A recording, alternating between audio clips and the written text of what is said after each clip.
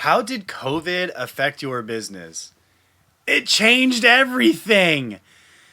We lost our store. I mean,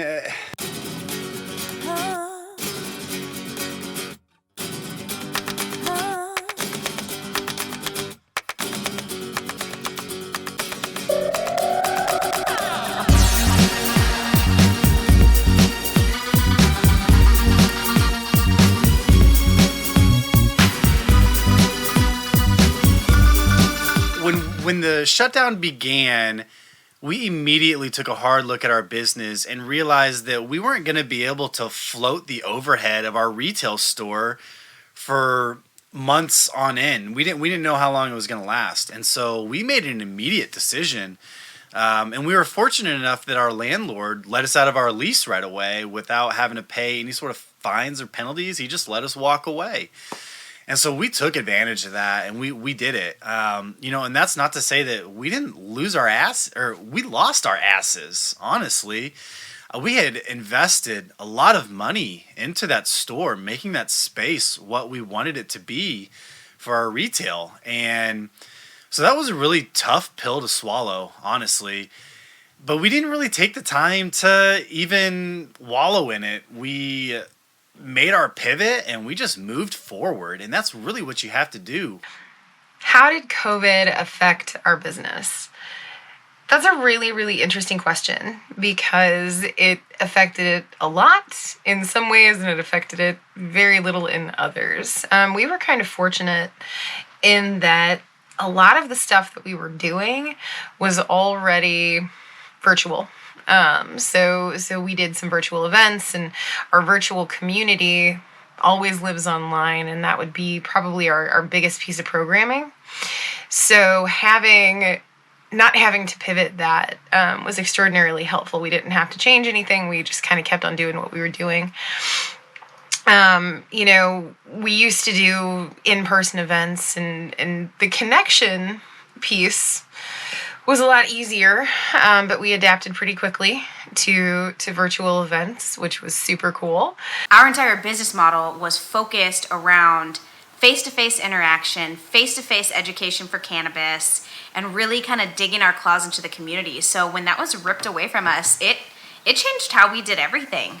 So we closed our brick and mortar in March and shifted all online. But not only did we do this, one of the key components to our business is interacting with people. So we didn't want to take that away, so we tried to figure out a way to do it amongst COVID. So we developed this milkman model. And essentially what we do is offer local delivery within 10 miles of where we're located. We ran it for free for almost a year, just because it was like nobody could go out and do anything, so we'll just bring you your product to you. We now have a small fee that we charge just to keep up with expenses related to our vehicles, but it changed everything. It changed everything how we do business. When COVID-19 first hit, there was clearly a lot of uncertainty, and businesses really didn't know what to expect. One thing I did expect was that a lot of our clients were going to cut back their services, and a defensive mechanism to try to protect their own businesses going forward. That's exactly what happened. So at full scale, where we provide programming and tech services for a lot of different businesses, many of those businesses pulled back on the amount that they were spending every month, and we lost about 30% of our revenue. The good part is we actually ended up growing in the end. So our revenue is significantly higher than it was a year ago when COVID first affected the entire economy.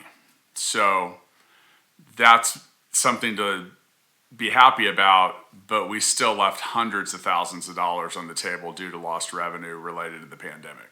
If you're still trying to bounce back from COVID and everything that happened, just take 5 steps back, look at your business, really evaluate the various stages and steps and ways that you can almost COVID-proof it, right?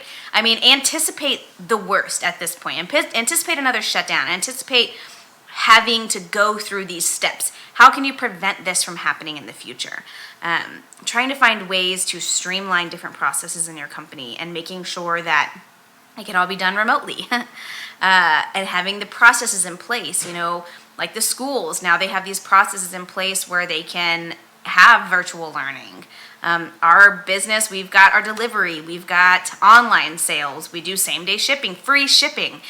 Offer what you can to alleviate the pain from the customer. And I feel like the pickup for the business will come along with that. Come up with a really, really clear plan moving forward. You've got the time for sure.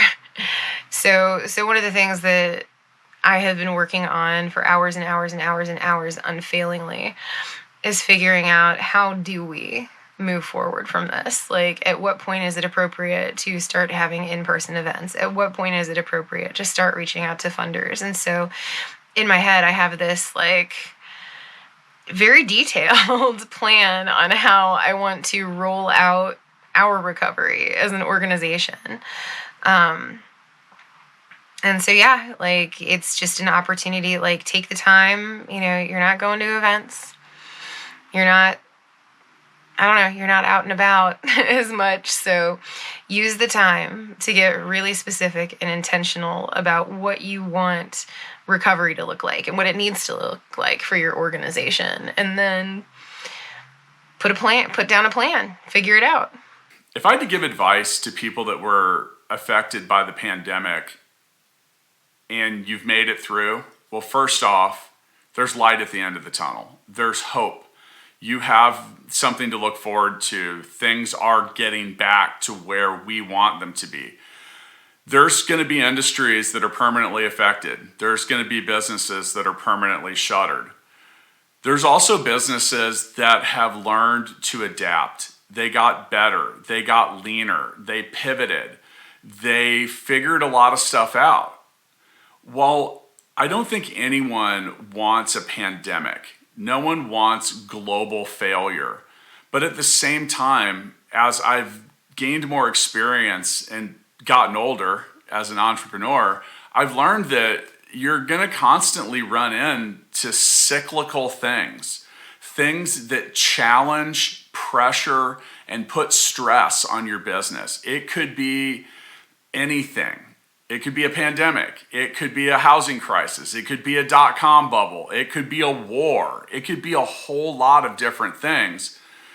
The thing I can tell you is some shit's going to happen again that's going to disrupt your business. So try to do what you can to be prepared for it. Get creative, guys. Just find a way to move the needle. Take a hard look at your business, honestly. I mean, that's what you have to do, and make the tough calls. You have to find a way to move your business forward. Maybe that means completely dropping everything that you've been doing and doing something completely different. Maybe it means just making small tweaks here and there. Maybe it means updating your marketing strategy. You have to figure out what's going to work best for you and just keep moving forward, man. If you're passionate about what you're doing, find a way. You'll find a way. If you were negatively affected or your business was negatively affected by the pandemic, I really want to encourage you to look for the kind of help that is out there. Everything from PPP loans to there's a disaster recovery scenario and rollout that has come in multiple phases from our own government. And look, they don't want your business to fail. They want you to stay in business. They want you to keep people employed. They want you to keep paying taxes. And there's a lot of things out there that can help.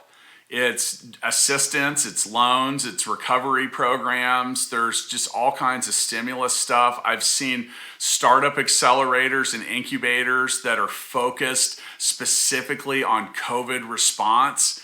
There's a lot of help out there. And here's the thing. The help isn't going to come find you. You have to go find help. You have to not be ashamed or embarrassed or shy about asking for it. Go out and find it. Some of it's free. If I was going to give you free money right now, would you take it? because the government's given a lot of it away. So go find it. It's out there. So as far as the PPP is concerned, we did take PPP loans for our insurance agency, but for the podcast, I didn't pull any loans. I probably should have looked into that, maybe done something like that, but we weren't really running the podcast as a business up until about December of 2020. It's kind of nice to be able to have that first round and get that letter saying that that was forgiven. The PPP loans that the U.S. government gave out were helpful at full scale, but 98% of our employees aren't in the United States. So it only affected a small portion of our expenses and revenue. And they don't have any programs like that in the Philippines. So we had to roll up our sleeves and figure it out. It definitely helped with the U.S. side of our operations, and it really helped cushion that immediate revenue loss that we had. But overall, PPP was only partially effective and partially helpful due to the international nature of our business. We didn't qualify for any kind of emergency stimulus PPP funding. And that sucked. It really, really, really sucked. So when PPP started, we did not qualify because we were self-employed individuals. Fortunately, in this newest round of PPP, we do qualify. So we're hoping to get in on this next round of PPP. I actually applied for that in December, and 4 months later, still waiting for that money to come through that will allow us to launch our brand on Amazon, as well as move forward with some of the R&D products that we have created that we're wanting to unveil to everyone. But until we have the money really to get all of this stuff manufactured and launch on Amazon, we're still just kind of spinning our wheels. We did qualify for the EIDL loans, which have been extremely helpful for us, just to kind of make up some of the money that we lost, but also to help us kind of shift into this new paradigm. The pandemic permanently changed our approach to how we're doing business as a company, both here in the United States and in the Philippines. Overall, it's affected our entire business model in a positive way. One of the things that is remarkably expensive for us because of the huge number of people we have is our office expenses. So with employees only coming into the office 20% of the time, we can actually get 4 or 5 times more utility out of the space that we have. So it hasn't saved us any money yet because we haven't grown into that. But in the long run, it'll have a tremendous effect on our ability to stay lean and also give our employees what they want, which is a little more work from home access. COVID permanently changed everything that we do for our business. Yes, like I said, this is our new normal. It involves pajamas most days, a lot of children. I snack a lot. The refrigerator is right there. But I love the shift that we've made to online. I mean, that's the future. That was kind of always our plan anyways, was to open a store, be there for a couple of years, get into the community, and then go online. So this just kind of sped that up for us. But it all in all has changed our business permanently for the better, and we are doing much, much better now. COVID totally changed the way we do things. If it wasn't for COVID, we wouldn't have been introduced to StreamYard. We wouldn't have really had a need for it.